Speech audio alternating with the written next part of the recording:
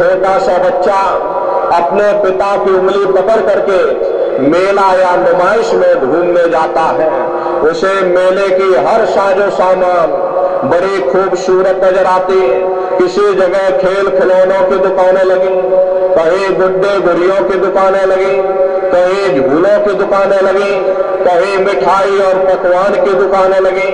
वो बच्चा सोचता है कि शायद ये खुशी हमको मेले के साजो सामान से प्राप्त हो रही है। और अगर भूल करके भी वो बच्चा अपने पिता की उंगली छोड़ देता तो वह सारा साजो सामान उसी जगह रहता है, लेकिन बच्चा रोने चिल्लाने लगता, चीखने लगता। तब उसे खुद ब खुद महसूस होता है ये खुशी हमें तभी तक प्राप्त हो सकती जब तक हमने अपने पिता की उंगली पकड़ रखी थी। अरे हमारा पिता कौन है? वो परमात्मा है जिसने अंड खंड ब्रह्मांड की रचना की।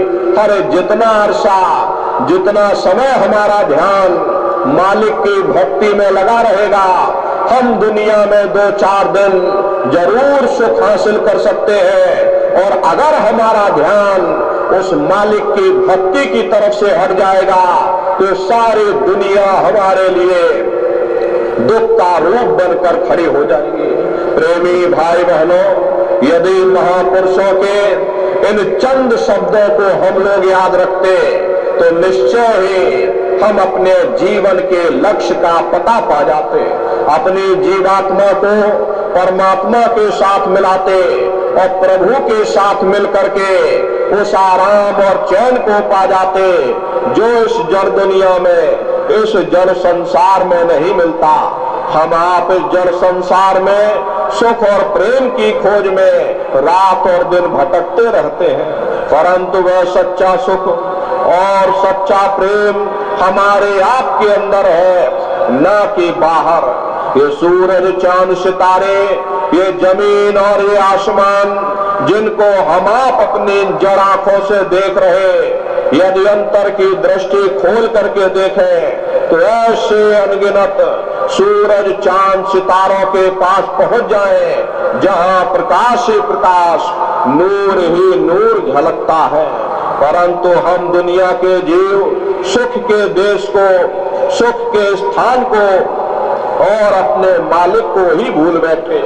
जा घट प्रेम न संचय, सो घट जान मशान, जैसे खाल लोहार की श्वास लेत बिन प्राण। ये कुदरती कारखाना देख करके कैसे जमीनी आसमानी पसारा चल रहा, कौन इसका करतार है, कहाँ वह छिपा हुआ, कैसे उससे मिला जाए जिस घट में ऐसे प्रीतम के, ऐसे पुरुष के दर्शन और दीदार की विरह और तड़प नहीं। वह घट गोया मशान के समान है, सुरते इंसान सीरते हैवान है। हर इंसान का फर्ज, हर इंसान का कर्तव्य, हर एक इंसान को यह सोचना होगा कि मृत्यु पर्यंत हम कहाँ जाएंगे, हमारे बाल बच्चे कहाँ जाएंगे, हमारे रिश्ते नातेदार कहाँ जाएंगे, हमारे कुटुंब परिवार वाले कहाँ जाएंगे और इनकी उस समय पर क्या हालत होगी। ये पराविद्या महात्माओं की पराविद्या है। हम आप इस जड़ संसार में फंस करके उस पराविद्या से अनभिज्ञ हो गए और अपने उद्देश्यों को भूल बैठे, अपने वादों को भूल बैठे। वो वादा जो आपने माँ के गर्भ में किया था उस परम पिता परमात्मा से कि हे परमात्मा, इस बार हमको मानव तन दे दो, हम भजन करेंगे, भक्ति करेंगे, अपनी जीवात्मा का कल्याण करेंगे। लेकिन मानव तन मिलने के बाद में ना आपने भजन किया ना भक्ति की, बस माया की छाया में फंस करके इस मिथ्या जगत को अपना मान करके आप इसी में गोता खा रहे। अरे नन्नारियों, इस दुनिया में हित मित भाई बंधु, रिश्ते नातेदार, कुटुंब परिवार वाले, इनमें से कोई भी चीज तुम्हारी जीवात्मा को इस अधोगति से बचा नहीं सकती। हम कौन है? कहां से आए हैं, हमें जाना कहां है, ये मानव मात्र के लिए एक जटिल प्रश्न बना हुआ है। इस प्रश्न का हल तब तक नहीं होगा जब तक इस धराधाम पर कोई संत महात्मा फकीर न मिल जाए। इसीलिए वह मालिक अति दया कृपा करके संतों महात्माओं को इस धराधाम पर भेजते हैं। संत महात्मा फकीर यहाँ पर आकर के जीवों को समझाने की कोशिश करते कि भाई वो परमात्मा है, वो आपको मिलेगा, जीते जी मिलेगा, इसे मनुष्य शरीर में मिलेगा, इसे मनुष्य शरीर के अंदर जा करके परमात्मा से मिलने का वो एकमात्र दरवाजा है। उस दरवाजे का भेद केवल संतों महात्माओं को ही प्राप्त है। ये दुनिया के लोग, दुनिया की आवाम जनमानस भौतिकता के ज्ञान को पढ़ करके अहंकार में डूबे रहते कि हमसे बड़ा कोई ज्ञानी नहीं। लेकिन उन बेचारों को नहीं मालूम कि जहां दुनिया का ज्ञान समाप्त होता है, उसी के सिर की चोटी से ये आध्यात्मवाद, आत्मा और परमात्मा का ये गूढ़ ज्ञान, रहस्य विज्ञान प्रारंभ होता। उस विज्ञान को पाने के लिए सबसे पहले यह जरूरी है कि पहले आप मानवतावादी बने, मानव धर्म और मानव कर्म को अपनाएं। अरे मानव धर्म क्या है? इंसान इंसान के काम आवे, एक दूसरे के निस्वार्थ भाव से सेवा करे, सत्य, दया, अहिंसा, परोपकार आदि गुणों को अपने जीवन में उतार करके और किसी संत महात्मा की खोज करके उनके बताए हुए रास्ते पर चल करके उस मालिक की भक्ति करके अपने जीवात्मा का कल्याण करा ले, यही इंसान का सबसे बड़ा मानव धर्म है। लेकिन आज इस कलिकाल में ये दुनिया की आवाम जनमानस इंद्रियों के भोग और वासनाओं में, शराब और कबाबों में, मांस और मदिरा में सुख ढूंढने की कोशिश कर रही। ये चरित्र पचन जैसे कार्यों को अपना करके ये आवाम जनमानस कैसे सुखी हो सकती? पहले अपने चरित्र जैसे धन को संचय करो, क्योंकि चरित्र ही सब कुछ है, चरित्र ही मानव धर्म की पूंजी है। ये दुनिया भर के रगड़े झगड़े, पिता पुत्र में लड़ाई, आदमी औरत में लड़ाई, घर परिवार में लड़ाई, समाज में लड़ाई, जातियों में लड़ाई, मुल्क में लड़ाई, हरे नन्नारियों, ये इंसानों का काम नहीं, ये हैवानों का काम है। इसलिए पहले आप इंसान बनो, चरित्रवान बनो, महात्माओं के समीप आओ, वे जो दया का प्रसाद दे उसे खुशी खुशी लेकर के अपने निज घर को जाओ, जहां न फिर जन्मना है और ना ही फिर मरना।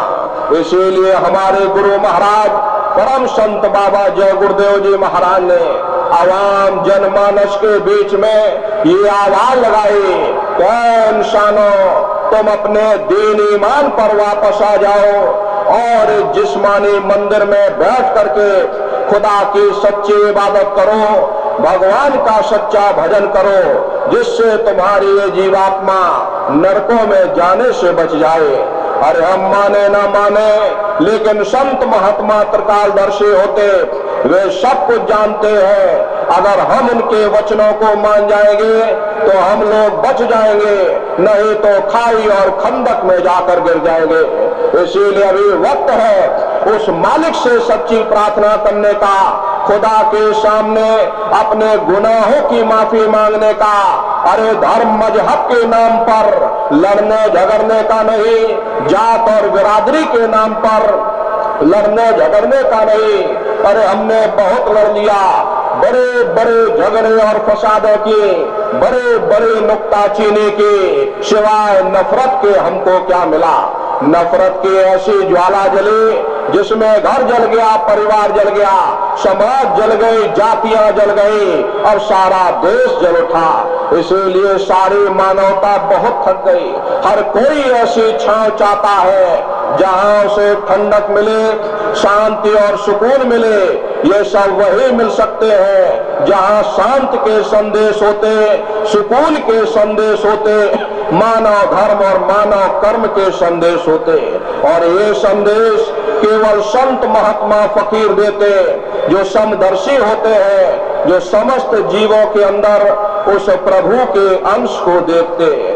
ऐसे समदर्शी उन महात्माओं की खोज करो। ये मत देखना महात्मा किस जात के हैं, महात्मा किस बिरादरी के हैं। अरे जातियां कर्म के अनुसार बनाई गई, जन्म के अनुसार नहीं।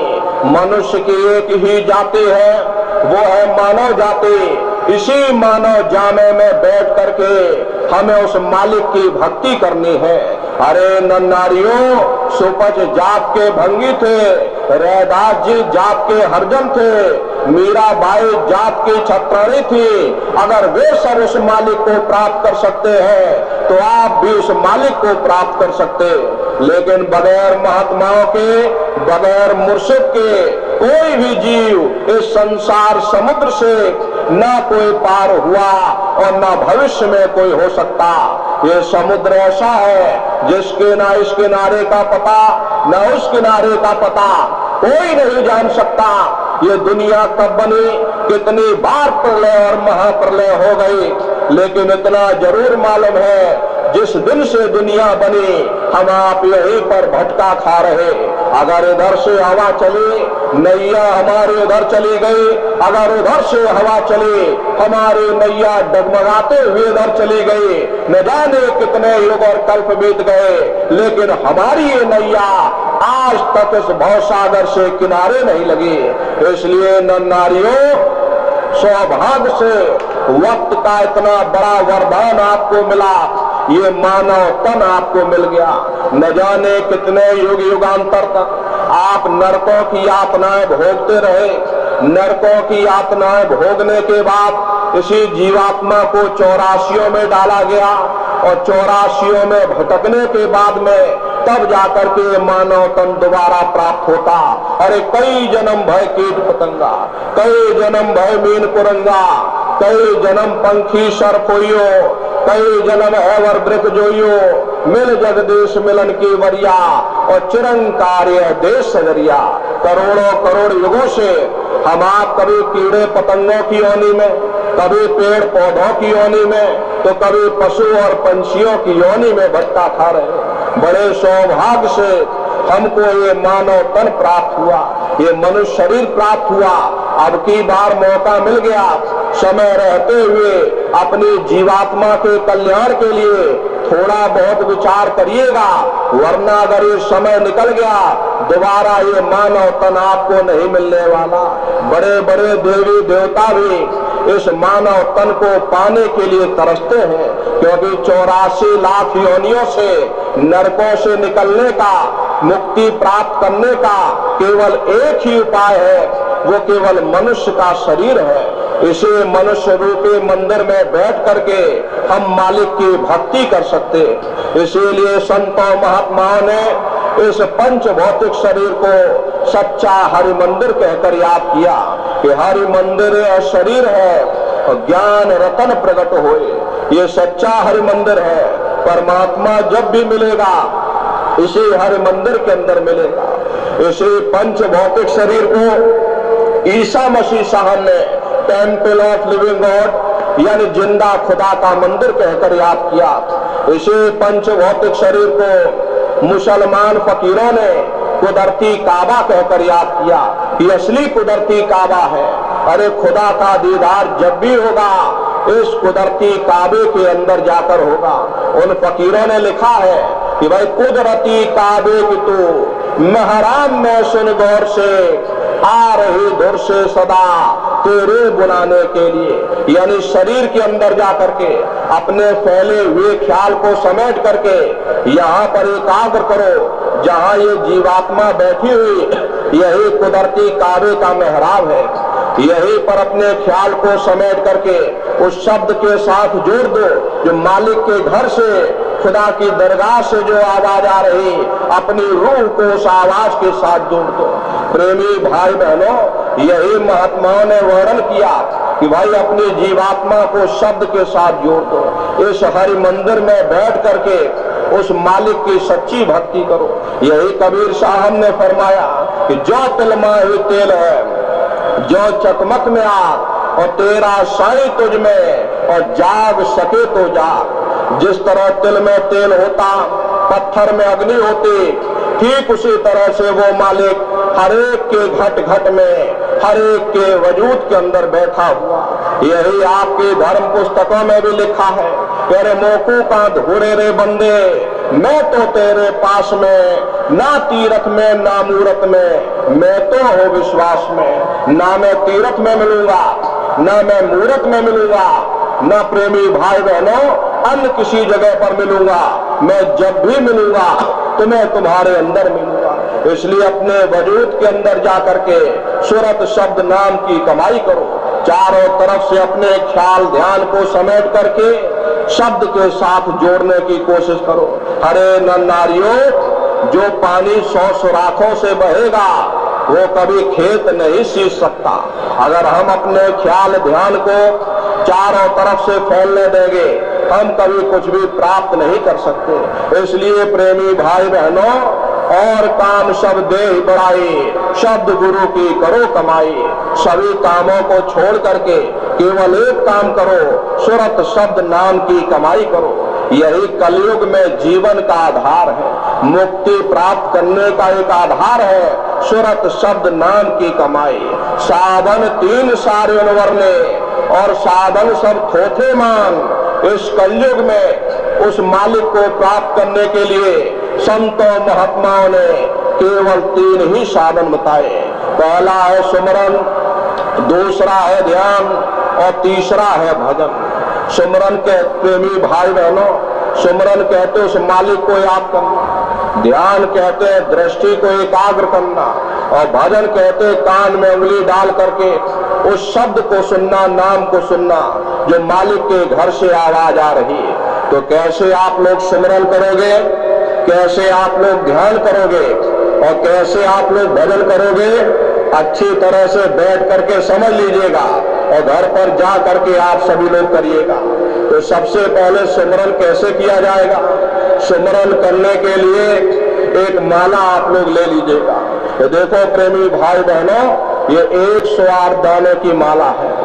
अपने अपने घरों में बैठकर बाहर से अपनी आंख को बंद कर देना, और दोनों आंखों के मध्य भाग में अपने ध्यान को जमा करके मन ही मन, अंदर ही अंदर जय गुरुदेव नाम का उच्चारण करिएगा।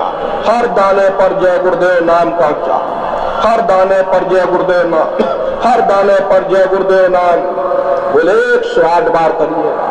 दूसरी बार फिर यहीं से शुरू कर देना, हर दाने पर जय गुरुदेव नाम, हर दाने पर जय गुरुदेव नाम, हर दाने पर जय गुरुदेव नाम बोले 108 बार करिएगा। तीसरी बार फिर यहीं से कर देना। जब जय गुरुदेव नाम का उच्चारण करोगे तो दोनों आंखों के मध्य भाग में अपने ध्यान को जमा करके मन ही मन, अंदर ही अंदर जय गुरुदेव नाम का उच्चारण करिएगा। जिसको आप याद कर रहे हो, एक समय ऐसा आएगा वो अंतर में तुम्हारे सामने प्रकट हो जाएगा। उसके नूरानी स्वरूप को देख लेना, बड़ी भारी कयामत है। एक बार देख लोगे सारी जिंदगी नहीं भूलोगे। फिर उसी के स्वरूप को याद करके जय गुरुदेव नाम का सुमरन आप सभी नए प्रेमी भाई बहन करेंगे। तो हर दाने पर जय गुरुदेव नाम बोले 108 बार करिएगा। चौथी बार फिर यहीं से शुरू कर दो, पांचवी बार फिर यहीं से, और इस तरह से कुल 8 बार जय गुरुदेव नाम का सुमरन आप सभी नए प्रेमी भाई बहन करेंगे। किसी गफलत में मत रहिएगा।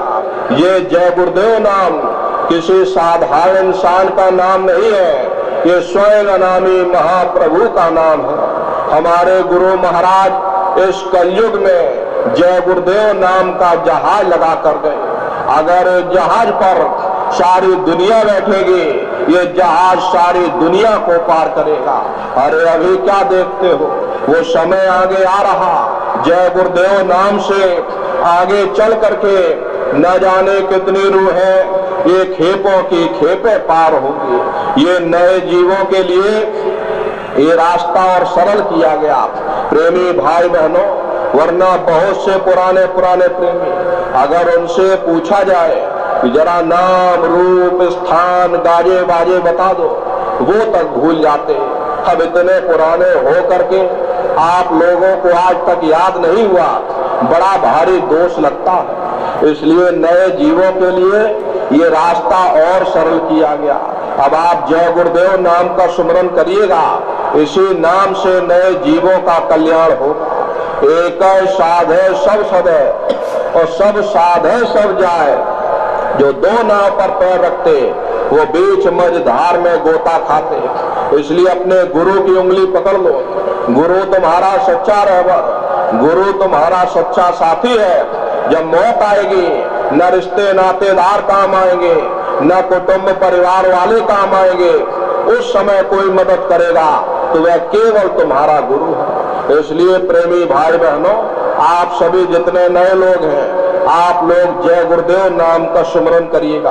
और जितने पुराने प्रेमी भाई बहन जिनको गुरु महाराज नामदान दे करके गए, आप लोग उसी पद्धति से नामदान सुमरन करेंगे। ये रास्ता केवल नए प्रेमी भाई बहनों के लिए है, पुराने प्रेमियों के लिए ये रास्ता नहीं है। पुराने जितने प्रेमी भाई बहन हैं वो गुरु महाराज जैसा आपको समझा करके गए, आप लोग उस तरह से करिएगा। ये रास्ता प्रेमी भाई बहनों केवल नए जीवों के लिए है। तो जय गुरुदेव नाम का सुमरन जितने नए प्रेमी भाई बहन हैं, आप सब लोग जय गुरुदेव नाम का सुमरन करिएगा। फिर दूसरा है ध्यान। ध्यान कहते हैं दृष्टि को एकाग्र करना। कैसे आप लोग ध्यान करोगे, अच्छी तरह से समझ लीजिए और घर पर बैठ करके आप लोग करिएगा। प्रेमी भाई बहनों, अपने अपने घरों में आप लोग पलथी मार करके बैठ जाना। बाहर से अपनी आंख को बंद कर लेना। दोनों आंखों के मध्य भाग में जहां पर देवियां बिंदी लगाते हैं, पुरुष जहां टीका लगाते हैं, ये दोनों आंखों के मध्य भाग में दूर सामने आप लोग देखिएगा तो सामने आपको अंधेरा दिखाई पड़ेगा। उसी अंधेरे में एक जगह पर आप अपनी दृष्टि को एकाग्र करिएगा। होशियारी यही रहे ये आंखों की पुतलियां हिलने ना पाए। शुरुआती समय में ये आंखों की पुतलियां हिलेगी, लेकिन जब आप अभ्यास करोगे, करत करत अभ्यास ते जड़मत होत सुजान, जब अभ्यास करते रहोगे तो आंखों की पुतलियां हिलना बंद हो जाएंगी। तो दूर सामने अंधेरे में एक जगह अपनी दृष्टि को एकाग्र करिएगा। या सामने अंधेरे को ही देखते रहना, एक तत्व हो करके सामने अंधेरे को देखते रहिएगा, दृष्टि अपने आप एकाग्र हो जाएगी। और जैसे ही आपकी दृष्टि अंधेरे में एकाग्र होगी तो सुई की नोक के बराबर काले में भी काला बिंदु, बड़ा चमकीला बिंदु होता है, बहुत चमक मारेगा, वो आपको अंतर में सामने दिखाई पड़ेगा। जब वो चमकदार बिंदु दिखाई पड़ जाए तब आप अपनी दृष्टि को उस बिंदु पर एकाग्र करिएगा। प्रेमी भाई बहनों, जब आप अपनी दृष्टि बिंदु पर एकाग्र करोगे तो बिंदु के चारों तरफ से बड़ा भारी प्रकाश निकलेगा, चक्र की तरह से बहुरंगी प्रकाश होगा। वो प्रकाश धीरे धीरे धीरे धीरे बढ़ता चला जाएगा। साधक इतना मोहित हो जाता कि बिंदु को छोड़ देता और दाएं बाएं प्रकाश को देखने में लग जाता। और जब दाएं बाएं प्रकाश को देखने में लग जाओगे, चूंकि प्रकाश उस बिंदु से निकल रहा और आपने बिंदु को छोड़ दिया, प्रकाश को देखने में लग गए, तो प्रकाश भी गायब हो जाएगा, बिंदु भी गायब हो जाएगा और फिर अंतर में अंधेरा छा जाएगा। इसलिए दाएं बाएं देखने की जरूरत नहीं है। आपका निशाना बिंदु पर टिका रहे जिसमें से वो प्रकाश निकल रहा, वही बिंदु दरवाजा है, वही बिंदु खिड़की है। एक तक हो करके आप सामने बिंदु को देखते रहना, वो दरवाजा खुल जाएगा और आप दरवाजे के अंदर दाखिल हो जाओगे। बहुत विशाल दरवाजा, ये संसार जो आप देख रहे, ऐसे लाखों संसार एक साथ दरवाजे से होकर के निकल जाएं, पता तक नहीं चलेगा। इतना बड़ा विशाल वो दरवाजा है। प्रेमी भाई बहनों, उसी को हरित का द्वार कहा गया। वो हरित द्वार है।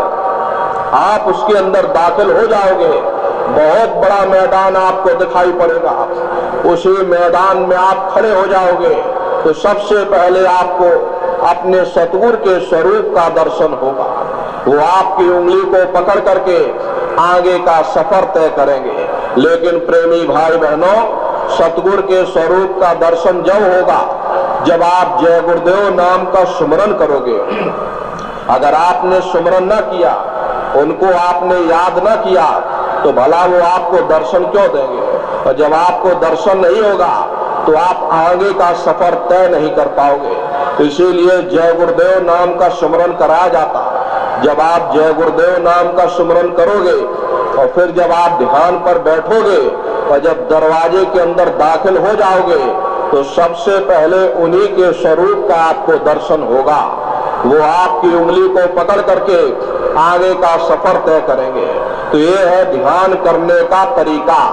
एक बार फिर से आप लोग समझ लो कैसे ध्यान करोगे। पलथी मार करके अपने अपने घरों में बैठिएगा और ढीले बदन से बैठिएगा। आंखों को बंद कर देना, आंखों पर जोर मत डालना। बहुत से लोग क्या करते, ये अपनी आंखों पर जोर डालते हैं और जोर लगा करके देखते हैं। जब आप अपनी आंखों पर जोर डालोगे तो आंखों की पुतलियों में दर्द होगा, फिर आप अपनी आंख को खोल दोगे। इसलिए प्रेमी भाई बहनों, अपनी बाहरी आंखों पर कोई जोर मत देना। जैसे सोते समय धीरे से अपनी आंख को बंद करते हो, ऐसे धीरे से अपनी आंख को बंद कर लेना। सामने आप लोग देखिएगा, अंधेरा दिखाई पड़ेगा, बस आप सामने अंधेरे को ही देखते रहना। एक टक हो करके उस समय मन में कोई विचार नहीं आना चाहिए। किसी के बारे में सोचना मत, कोई चिंता मत करिएगा, शरीर को बिल्कुल हिलाइएगा नहीं। बस सामने एक टक हो करके आप अंधेरे को देखते रहना। देखते देखते देखते देखते आपकी दृष्टि अंधेरे में एकाग्र हो जाएगी।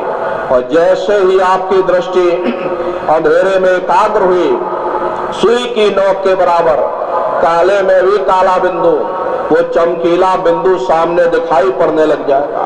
और जब वो चमकदार बिंदु सामने दिखाई पड़ जाए तब आप अपनी दृष्टि को उस बिंदु पर एकाग्र कर दो। वही बिंदु दरवाजा है, वो दरवाजा खुल जाएगा, ये शिव नेत्र खुल जाएगा, ये दिव्य दृष्टि खुल जाएगी और आप दरवाजे के अंदर दाखिल हो जाओगे। तो ये है ध्यान करने का तरीका। और तीसरा है भजन। भजन कहते हैं शब्द को सुनना, उस नाम को सुनना, उस आवाज को सुनना जो मालिक के घर से आवाज आ रही। तो कैसे आप लोग भजन करोगे? अच्छी तरह समझ लो। ये आंख और कान को बंद करिएगा, दोनों उंगली कानों में डाल करके ये कानों को बंद कर देना। कान इसीलिए बंद किए जाते हैं ताकि बाहर की कोई आवाज हमको सुनाई न पड़े। तो अपनी अपनी सुविधा के अनुसार बैठिएगा। कुर्सी पर चाहे कुर्सी पर बैठ जाओ, सोफे पर चाहे सोफे पर बैठ जाओ, या कोई कड़ा तकिया रख लीजिए और दोनों कोहनी उसके ऊपर रख करके और आंख और कान को बंद कर दीजिएगा। बहुत जैसे आपको ठीक लगे अपनी अपनी सुविधा के अनुसार बैठिएगा। और बहुत सी हमारी माताएं बहनें बूढ़े बुजुर्ग, अरे भाई आपके घुटनों में दर्द होता, रीढ़ की हड्डी में दर्द होता, आप बैठ करके भजन नहीं कर पाते हो तो आप लेट करके भजन करिए। ऐसे सीधे लेट जाओ और लेटे लेटे आंख और कान को बंद कर लो। अब जैसे आपको ठीक लगे अपनी सुविधा के अनुसार बैठिएगा, आंख और कान को बंद करिएगा। अरे यही तो कहा गया कि आंख कान मुख बंद कराओ, अनहद झिंगा शब्द सुनाओ। यानी पहले अपने आंख को बंद करो, अपने कान को बंद करो और प्रेमी भाई बहनों अपने मुख को बंद करो। दोनों उंगली कानों में डाल करके ये कानों को बंद कर लो और ऊंचे से ऊंचा ध्यान दे करके उस आवाज को सुनने की कोशिश करो।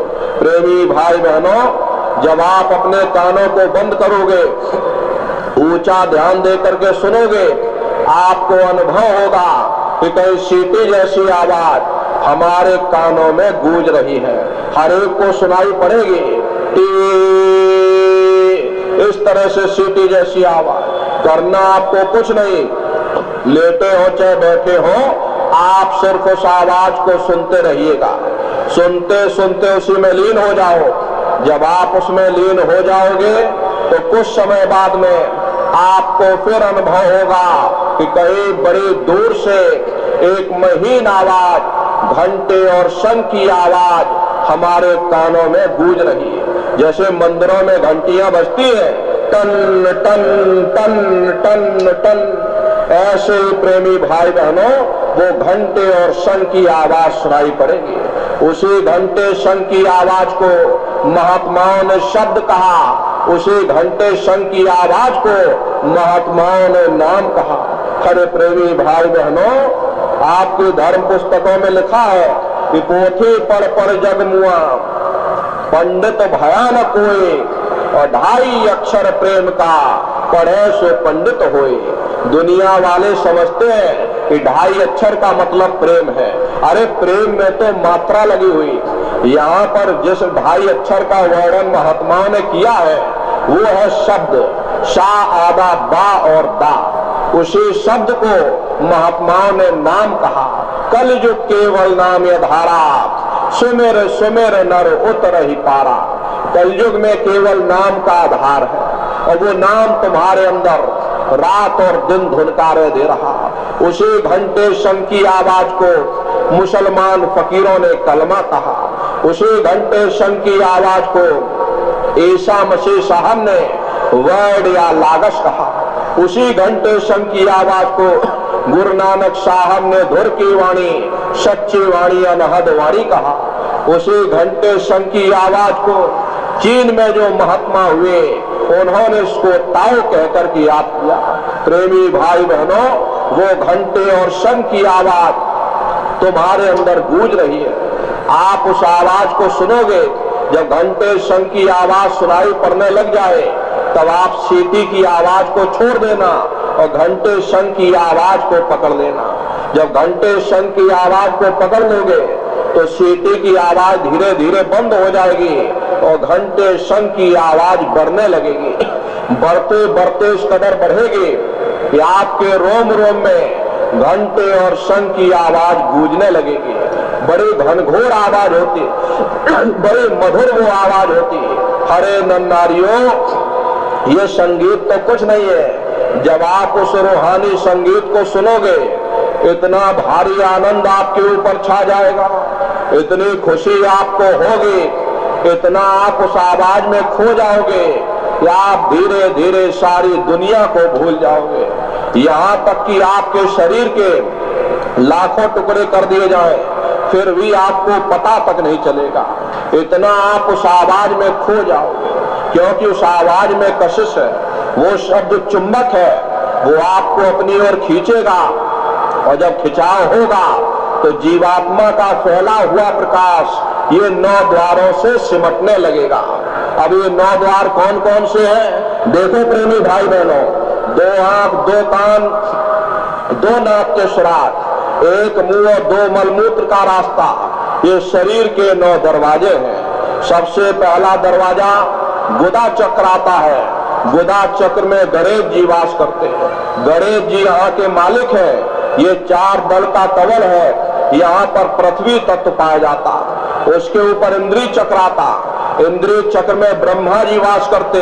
ये 6 दल का कवल है। यहाँ पर जल तत्व पाया जाता, उसके ऊपर नाभि चक्र आता। नाभि चक्र में विष्णु जी वास करते। ये 8 दल का कवल है। यहाँ पर अग्नि तत्व पाया जाता, उसके ऊपर ये हृदय चक्र आता।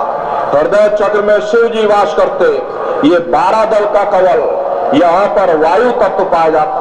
वास तो वो ऊपरी मंडलों में करते हैं, लेकिन उनका प्रकाश, उनकी किरणें इन चक्रों पर पड़ती हैं। उसी के ऊपर एक कंठ चक्र आता, यहाँ आद्या महाशक्ति की किरणें पड़ती। ये 16 दल का कवल है। और आप सबसे ऊपर, आपकी ये जीवात्मा सबसे ऊपर दोनों आंखों के मध्य भाग में बैठी हुई है।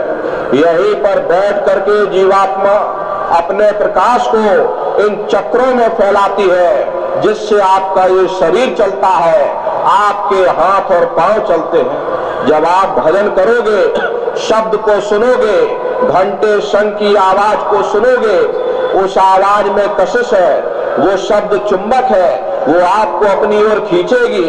और जब खिंचाव होगा तो जीवात्मा का फैला हुआ प्रकाश ये 9 द्वारों से सिमट करके यहाँ 10वें द्वार पर एकाग्र हो जाएगा, जहां पर ये जीवात्मा बैठी हुई है। और जैसे ही जीवात्मा का प्रकाश यहाँ पर एकाग्र हुआ, तुरंत वो शब्द जीवात्मा को खींच करके इस शरीर से अलग कर देगा। फिर आप अपनी आंखों से देखिएगा कि हमारा शरीर ये पड़ा और हम ये खड़े। आप अपने ही शरीर से अलग हो जाओगे। हरे नर नारियों, आप शरीर नहीं हो, आप एक जीवात्मा हो। प्रेमी भाई बहनों, ज्ञान कब होगा? जब आप अपने शरीर से अलग हो जाओगे, तब आपको हकीकत का पता चलेगा कि नहीं, हम एक आत्मा है, हमारा शरीर एक पिंजरा है, जिस पिंजरे के अंदर हम कैद हैं। उस समय आपको हकीकत का ज्ञान होगा। तो फिर यही जीवात्मा फिर शब्द को पकड़ करके फिर ब्रह्मांडों की चढ़ाई करेगी। बड़ी भारी रफ्तार होती है, पलक झपकती है जीवात्मा, खरबों योजन ऊपर चली जाती है। ये सूरज चांद सितारों को पार करने के बाद सबसे पहले जो आपको लोक मिलेगा, उसे महात्माओं ने शिवलोक कहा। वो शिवलोक तमोगुणी स्थान है, वहां के मालिक शिव जी है, वो पार्वती जी के साथ उस लोक में विराजमान है। अब जरा संक्षिप्त में आपको बताए दे रहे कि कैसे जीवात्मा अपने घर वापस पहुंचेगी, कौन कौन से लोक आपको बीच में मिलेंगे, संक्षिप्त में आप लोग समझ लीजिए। तो शिव जी का दर्शन करने के बाद फिर उसी शब्द को पकड़ करके, घंटे और शंख की आवाज को पकड़ करके फिर आप ऊपर की ओर चढ़ोगे। उसी के ऊपर आपको ब्रह्मा जी का लोक मिलेगा। ब्रह्मा जी का लोक वो रजोगुणी स्थान है, वहां के मालिक ब्रह्मा जी है। आप गायत्री, सावित्री और सरस्वती के साथ उस लोक में विराजमान है। वहां पर वेद ध्वनियां सदा उस लोक में उच्चारण होती रहती हैं। और ब्रह्मा जी का दर्शन करने के बाद फिर आप उसी शब्द को पकड़ करके फिर ये जीवात्मा ऊपर जाएगी, तो उसी के ऊपर आपको विष्णु लोक मिलेगा। विष्णु लोक सतोगुणी स्थान है, वहां के मालिक विष्णु जी हैं। उनका बड़ा मनमोहक स्वरूप है, उनके 4 भुजाएं हैं और चारों भुजाओं में शंख, गदा, पद्म और चक्र सुशोभित है। और आप क्षीर सागर में लक्ष्मी जी के साथ विराजमान हैं। ये तीनों देवता ब्रह्मा, विष्णु, महादेव अपने अपने लोक में बैठ करके राज्य कर रहे। एक रचयिता है जो हम जीवों को रचता है, एक पालनहार है जो हम जीवों को पालता है, एक संहार करता जो जीवों को नष्ट कर देता। इनकी माता आद्या महाशक्ति है। ब्रह्मा, विष्णु, महादेव लोक के ऊपर वो आद्या महाशक्ति का लोक आता। उसी लोक को पार करने के बाद सबसे पहला देश आपको मिलेगा, जिसे महात्माओं ने सहस दल कमल कहा। वहां के मालिक वो निरंजन भगवान है। ये ब्रह्मा, विष्णु, महादेव ये निरंजन भगवान के ही पुत्र हैं। और ये आद्या महाशक्ति ये निरंजन भगवान की अर्धांगिनी है। और निरंजन भगवान स्वयं तीनों लोकों के मालिक हैं। इन्हीं को त्रिलोकीनाथ कहा गया। हिंदू इन्हीं को परमात्मा कहते, मुसलमान इन्हीं को खुदा कहते, ईसाई इन्हीं को गॉड कहते। घंटे और शंख की आवाज जो हर इंसान के अंदर धुनकारे दे रही, वो आवाज उन्हीं के मुखार बिंद से हो रही। निरंजन भगवान का जो स्वरूप है वो ज्योतिष स्वरूप है। 1000 बातें की अखंड ज्योति वहां पर बराबर जल रही। अरे हम आप यहाँ पर ज्योत जलाते हैं, इस ज्योत में तेल की जरूरत पड़ती है, बाती की जरूरत पड़ती, लेकिन वो अखंड ज्योति ऐसी है जिसमें ना तेल की जरूरत है और ना बाती की जरूरत है। अरे पलटू साहब ने जिक्र किया, उल्टा कुआ गगन में, तिसमें जरे चिराग और तिसमें जरे चिराग, बिना रोगन बिन बाती और 6 ऋतु 12 मास, जरत रहे दिन राती, सतगुर मिले जो होए, ताह की नजर में आवे और बिन सतगुर नहीं कोई, वाह को दर्शावे। वो अखंड ज्योति ऐसी है जिससे पूरा ब्रह्मांड प्रकाशवान हो रहा। न जाने कितने ऋषि मुनि, कितने पीर पैगंबर औलिया उस ज्योत पर कुर्बान हुए बैठे। वो सहज दल कवल आपकी राजधानी है।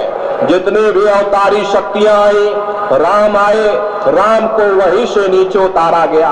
इसीलिए उस देश को अयोध्या नगरी भी कहा गया। जितने देवी देवता, ब्रह्मा विष्णु महादेव आदि की उत्पत्ति वहीं से हुई। वहां के धनी का दर्शन करने के बाद फिर ये जीवात्मा दूसरे मंडल के शब्द को पकड़ करके दूसरे मंडल की चढ़ाई करती है। श्याम तज श्वेत को गहना, सुरत को तान धुन सुनना, बंक के द्वार धस बैठो और त्रिकुटी जाओ कर लेना। इसी के ऊपर दूसरा मंडल आता जिसे महात्माओं ने त्रिकुटी देश कहा। वहां के मालिक ब्रह्म है। वहीं से मन माया की उत्पत्ति हुई। वहीं से तीन गुण, रजोगुण तमोगुण सतोगुण, तीनों गुणों की उत्पत्ति वहीं से हुई। ये जो आपके वेद है, वेदों की भी उत्पत्ति उसी स्थान से हुई है।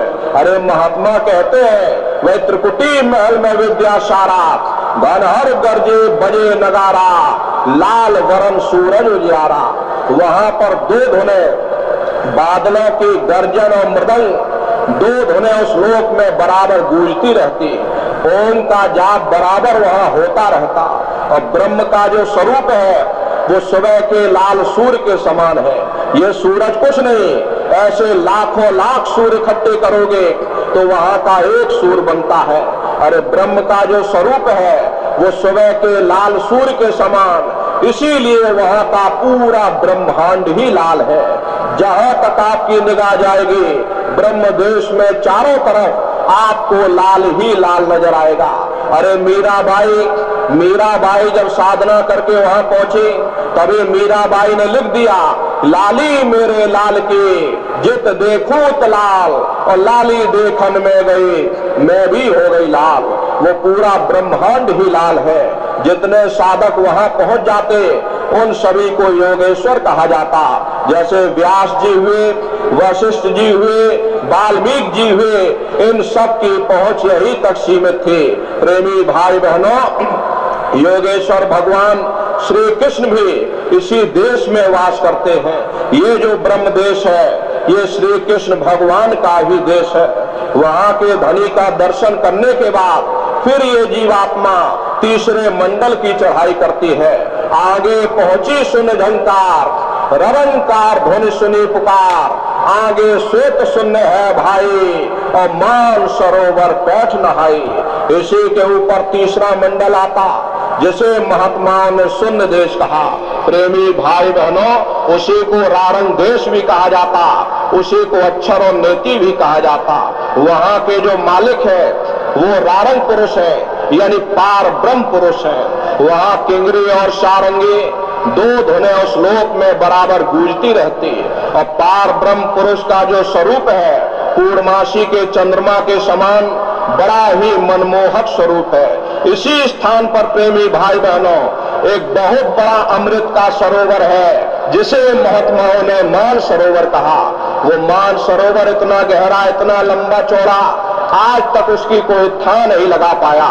महात्माओं ने जब उसको देखा तो हम जीवों को समझाने के लिए किसी ने उसका नाम गंगा रख दिया, किसी ने जमुना रख दिया और गुरु नानक साहब ने अमृतसर रख दिया। जब ये जीवात्मा उस अमृत के सरोवर में स्नान करती है तो जन्म जन्मांतरों के मैले पाप कर्म साफ हो जाते। अरे यहाँ के पानी से तुम्हारे कर्मों की सफाई नहीं होने वाली, ये बाहर का पानी तुम्हारे शरीर के मैल को धो सकता, लेकिन जो पापों का मैल है, जो अंतःकरण में गंदगी जमा, वो जब साफ होगी जब आप तीसरे मंडल पर पहुंच करके उस गंगा में डुबकी लगाओगे। उसमें स्नान करने के बाद ये जीवात्मा हंस रूप हो जाती है। हंसन मिल हंसा हो जाए, मिले जो अमी हारा है। जीवात्मा का खुद का प्रकाश अमृत के सरोवर में स्नान करने के बाद 16 सूर्य के बराबर हो जाता। तो फिर यही जीवात्मा फिर शब्द की धार को पकड़ करके चौथे मंडल की चढ़ाई करती है। दो पर्वत के संग निहारो और भंवर गुफा पे संत पुकारो। दो पर्वतों को पार करने के बाद वो बड़ा सुंदर देश आता जिसे महात्माओं ने भंवर गुफा कहा। वहां के मालिक सोहम पुरुष है। वहां बंसी यानी मुरली की मधुर ध्वनियां सदा उस लोक में उच्चारण होती रहती। और सोहम पुरुष का जो स्वरूप है दोपहर के सूर्य के समान महाप्रकाशवान स्वरूप है। प्रेमी भाई बहनों, सोहम पुरुष का दर्शन करने के बाद ताके परे धाम सतनामा और 3 बजे सतलोक ठिकाना। सोहम देश के ऊपर वो 5वां देश आता जिसे महात्माओं ने सचखंड देश कहा। वो सचखंड देश अजर अमर अविनाशी सदा एक रस रहने वाला देश है। वहां न काल है, न कर्म है, न दुख है, न संताप है, न पुण्य है, न पाप है। अरे जो जीवात्माएं वहां पहुंच जाती हमेशा के लिए जन्म मरण के बंधनों से आजाद हो जाती। प्रेमी भाई बहनों, वहां के मालिक सतपुरुष भगवान हैं जिनके रोम रोम में खरबों खरब सूरज चांद सितारे प्रकाशवान। वही हमारे आपके सच्चे मालिक हैं। हमको आपको भजन करके शब्द शब्द पौड़ी पर चढ़कर और पहुंचो सचखंड सतनाम। शब्द की सीढ़ी हर मंजिल पर लगा रखी। आपने भजन किया, घंटे शंख की आवाज को पकड़ा तो आप पहले स्थान पर पहुंच जाओगे। वहीं से दूसरे मंडल का शब्द आपको मिलेगा। जब आप उसको पकड़ लोगे तो आप दूसरे मंडल पर पहुंच जाओगे। ऐसे शब्द दर शब्द, मंजिल दर मंजिल ये जीवात्मा अपने घर सचखंड में वापस पहुंच जाती। तो शब्द कब पकड़ में आएगा? जब आप भजन करोगे। और भजन कैसे किया जाएगा? एक बार फिर से आप लोग समझ लो। ये आंख और कान को बंद करना, ऊंचा ध्यान दे करके सुनिएगा। सीटी जैसी आवाज मिलेगी, उसको आप लोग पकड़ लेना, उसको आप लोग सुनते रहिएगा। सुनते सुनते उसी में लीन हो जाओ। कुछ समय बाद आपको अनुभव होगा कि कहीं बड़े दूर से एक महीन आवाज, घंटे और शंख की आवाज हमारे कानों में गूंज रही। जब घंटे शंख की आवाज सुनाई पड़ने लग जाए तो सीटी की आवाज को छोड़ देना और घंटे शंख की आवाज को पकड़ लेना। एक बार प्रेमी भाई बहनों, आप उस आवाज को पकड़ लो, फिर वो आवाज आपको नहीं छोड़ेगी, खींच करके उसी जगह पहुंचा देगी जहां वो मालिक बैठा हुआ। तो सुमरन, ध्यान और भजन, ये 3 विधियां हैं। प्रेमी भाई बहनों, अपने अपने घरों में बैठ करके आप लोग नित्य सुमरन, ध्यान, भजन करते रहिएगा। ये भजन, ध्यान, सुमरन आपको रास्ता मिल गया। आप लोग अपना अपना नियम बनाइएगा। ये जो सुबह का समय होता, सुबह 3 बजे से 6 बजे तक, 4 बजे से 6 बजे तक, उस समय आप भजन किया करो। वातावरण पूरा शांत रहता है, उस समय शब्द जल्दी सुनाई पड़ेगा। और जब भी मौका मिल जाए 10 मिनट, 20 मिनट, जितना आपको समय मिले, आप लोग नित्य नियम से सुमरन, ध्यान और भजन करते रहिएगा। प्रेमी भाई बहनों, ये भजन, ध्यान, सुमरन यही जीवन का आधार है। यही दौलत तुम्हारे काम आएगी। नागा नहीं होना चाहिए। अरे आप शरीर को भोजन देते हो, सुबह दोपहर शाम खाते रहते, लेकिन कभी आपने विचार नहीं किया ये जीवात्मा जो जन्म जन्मांतरों से भूखे प्यासे बैठे है, कभी आपने इसको भोजन नहीं दिया। अरे इसका भोजन शब्द है, इसका भोजन नाम है।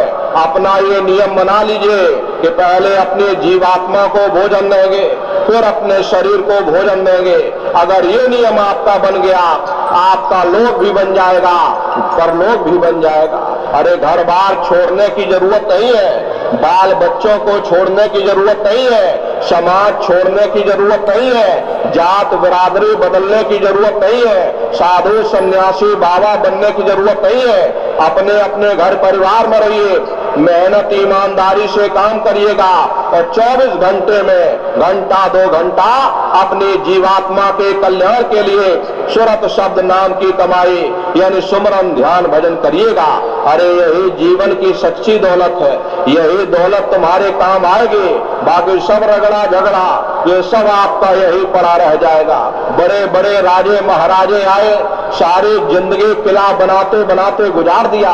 अरे आज उनके किलों को जाकर देखिए, आज खंडहर बने पड़े हुए। विश्व विजेता सिकंदर भी सारी दुनिया पर राज करने का ख्वाब देखता था, वो भी मुट्ठी खोल करके चला गया। कोई क्या साथ लेकर जाएगा? जो चीज तुम्हारे साथ में जाने वाली है वो केवल परमात्मा की भक्ति है, सुरत शब्द नाम की कमाई है। तो भजन ध्यान सुमरन आप लोग बराबर करते रहिएगा, और जो आदेश गुरु महाराज दे करके गए, शाकाहारी का प्रचार बराबर अपने क्षेत्रों में करते रहना। गुरु महाराज आपको आदेश देकर गए कि बच्चा तुम शाकाहारी का प्रचार करते रहना, इसी से देश और दुनिया में भारी परिवर्तन होगा। अरे नन्नारियों, परिवर्तन कोई कानून बनाने से नहीं होता, परिवर्तन कोई आंदोलन करने से नहीं होता, परिवर्तन कोई तोड़फोड़ करने से नहीं होता। परिवर्तन तब होता है जब लोगों के विचार बदलते हैं, लोगों की भावनाएं बदलती हैं, और विचार जब बदलेंगे जब लोगों का खान पान शुद्ध होगा। अरे देशी कहावत है, जैसा खाए अन्न और वैसा होए मन। जब इंसान पशुव्रती भोजन करेगा उसकी बुद्धि स्वतः ही पशुओं जैसी हो जाएगी, सोच विचार उसका चिंतन स्वतः ही पशुओं जैसा हो जाएगा। फिर जिस शराब के नशे में माँ बहन बेटी की पहचान खत्म हो जाए, उस शराब को पी करके यह कैसे पता चलेगा कि क्या अच्छा और क्या बुरा है? अरे यही कारण है कि आज घर समाज में, देश और दुनिया में, आपसी मुल्कों में ये रगड़े और झगड़े फैले हुए।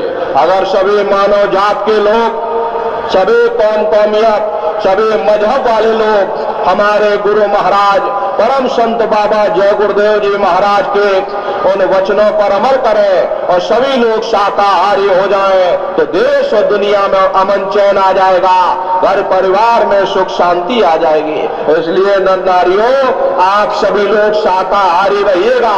और तिल भर मच्छी खाई के कोटि गौ दे दान, और काशी करवट जा मरे निश्चय नरक निदान। यदि तिल भर भी मच्छी खा करके फिर चाहे कोटान कोट गौओं का दान करो और काशी में जा करके मत्था रगड़ते रगड़ते अपनी जीवन लीला को वहीं पर समाप्त कर दो, फिर भी तुमको तुम्हारे गुनाहों की सजा मिलेगी, कोई बच नहीं सकता। क्योंकि ये कर्म भूमि है, यहाँ तुम जैसा कर्म करोगे वैसा ही फल पाओगे। देखिए, इस कर्म भूमि पर कृष्ण भगवान तक नहीं बच पाए, उस समय बाली को छिप करके बाण मारा, वही बाली कृष्ण अवतार में पहेलिया बन के आ गया। कृष्ण भगवान के पैरों में पद्म चमकता था, हिरण की आंख समझकर निशाना मार दिया, और जब पास में आकर देखा तो देखा कृष्ण भगवान थे। अफसोस करने लगे, लेकिन कृष्ण भगवान ने उसको समझाया, इसमें तुम्हारा कोई दोष नहीं, उस समय हमने तुमको मारा, आज तुमने हमको मार दिया, हमारा तुम्हारा अदला बदला पूरा हो गया। कर्म प्रधान विश्व रच राखा, जो जस करे सो तस फल चाखा। ये कर्मों का ऐसा देश है, जैसा बीज बोगे वैसी ही फसल काटोगे।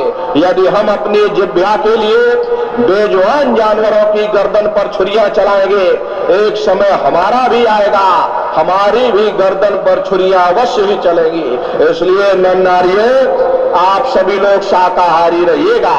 शाकाहार का प्रचार प्रसार अपने अपने क्षेत्रों में आप लोग बराबर करते रहना।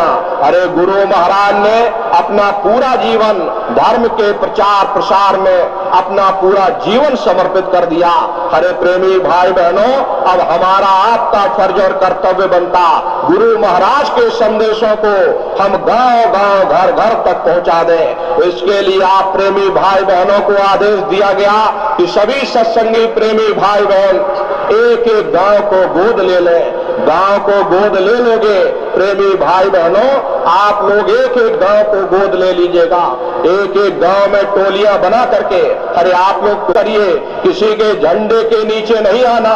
अरे नन्नारियों, गुरु महाराज कह करके गए, सभी लोग अपना अपना झंडा फेंक करके तुम्हारे झंडे के नीचे आकर खड़े हो जाएंगे।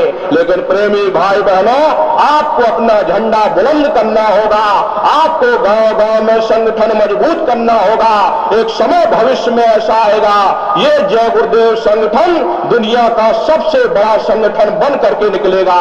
प्रेमी भाई बहनों, इसके लिए आपको अपने तन से योगदान देना होगा, अपने तन से आप लोग योगदान दे दीजिए। आप अपने गुरु के सिपाही हो, आप उठ खड़े हो गए, ये धर्म का प्रचार प्रसार हो जाएगा। गांव गांव में संगठन खड़ा हो जाए, गांव गांव में भजन केंद्र की स्थापना हो जाए। जब गांव बदल जाएगा, ये पूरा समाज बदल जाएगा। तो प्रेमी भाई बहनों, आप सभी लोग इसमें योगदान दीजिएगा। देखो प्रेमी भाई बहनों, ये भंडारे का कार्यक्रम 17 मई से 21 मई तक मथुरा आश्रम पर मनाया जाएगा। जैसे भी परिस्थितियां होगी, आपको अपने जिलों में सूचित कर दिया जाएगा, तो आप लोग फिर उसकी तैयारी करिएगा। और प्रेमी भाई बहनों, ये होली का महापर्व है। इस होली के पुनीत पर्व पर आप सभी प्रेमी भाई बहनों को बहुत बहुत शुभकामनाएं हैं। आपको होली की हार्दिक शुभकामनाएं। अब आप लोग जरा खड़े हो जाइए, बैठे बैठे आप लोग भी थक गए हो। तो प्रेमी भाई बहनों, आप लोग मेरी बात को बड़े ध्यान से सुनो। अच्छा बोलो जय गुरुदेव, जय गुरुदेव। भाई बहनों, ये होली का महापावन पुनीत पर्व है। सबसे पहले तो होली की हार्दिक शुभकामनाएं हैं कि क्षमा याचना का त्योहार है। तो सबसे पहले तो हम आप सभी प्रेमी भाई बहनों से क्षमा प्रार्थी है, आपसे क्षमा मांगते हैं। कोई भूल चूक गलती हमसे हुई हो तो होली के इस अवसर पर आप सभी प्रेमी भाई बहन, हम तो छोटे हैं, आप सभी लोग माताएं बहनें बूढ़े बुजुर्ग हमको छोटा समझ करके आप लोग माफ करेंगे। और आप संगत के प्रेमी भाई बहन, आप लोग भी एक दूसरे से क्षमा याचना मांगिएगा। अरे सब लोग प्रेम प्यार से रहिए। ये संगत गुरु महाराज की है। गुरु महाराज ने 116 वर्ष की आयु तक इस संगत में पानी से सींचा। अपनी मेहनत पसीने की एक एक बूंद से गुरु महाराज ने संगत को खड़ा किया है। अगर हम सभी लोग एक दूसरे से ईर्ष्या देश की भावना रखेंगे तो प्रेमी भाई बहनों, ये अच्छी बात नहीं होगी। ईर्ष्या देश किससे रखते हैं? हर एक के अंदर जीवात्मा है। ये जीवात्मा परमात्मा का अंश है, यानी स्वयं परमात्मा घट घट में बैठा हुआ है। इसलिए नर नारियों, आप लोग प्रेम और प्यार से रहिएगा, संगत में प्रेम बना करके रखिएगा, एक दूसरे से क्षमा याचना मांगिएगा। ये होली के पर्व पर ये गुरु महाराज के धरा की माटी है। अरे देखिए, शंकर भगवान और पार्वती जी रास्ते में चले जा रहे थे। चलते चलते शंकर जी ने दंडवत लेट करके जमीन को प्रणाम किया। पार्वती जी ने पूछा कि भगवान ये बताइए, यहाँ ना कोई पेड़ है, ना कोई पशु है, ना पंछी है, आप किसको प्रणाम कर रहे हैं? तब शंकर जी ने उत्तर दिया कि पार्वती आ भूमि के क्या कहूं वर्णन भाग, और 10,000 वर्ष पूर्व संत रहे यही जाग। देखो पार्वती, इस जमीन के बहुत बड़े भाग है। आज से 10,000 वर्ष पहले एक संत महात्मा इस जमीन पर आकर सत्संग कर गए थे।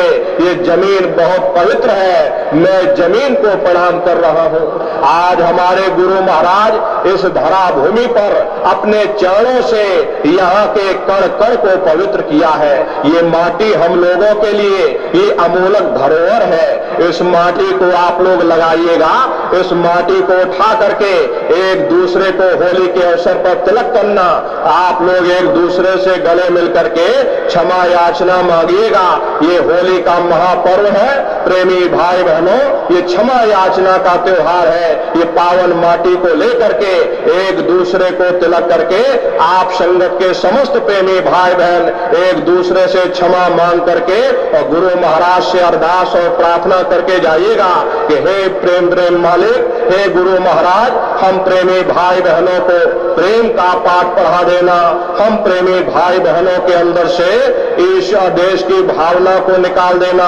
हम समस्त संगत के प्रेमी भाई बहन प्रेम और प्यार के साथ मिलकर के एक दूसरे की मदद करके संगत का काम करें। धर्म के प्रचार प्रसार में हम सभी लोग मिल करके काम करें और भजन ध्यान सुमरन में तरक्की हो। ये अरदास परम पूज्य स्वामी जी महाराज से आप लोग करिएगा।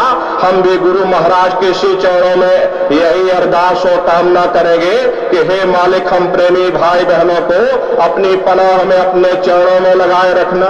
प्रेमी भाई बहनों, इन्हीं शुभकामनाओं के साथ आप सभी प्रेमी भाई बहनों को होली की हार्दिक शुभकामनाएं। बहुत बहुत धन्यवाद। बोलो जय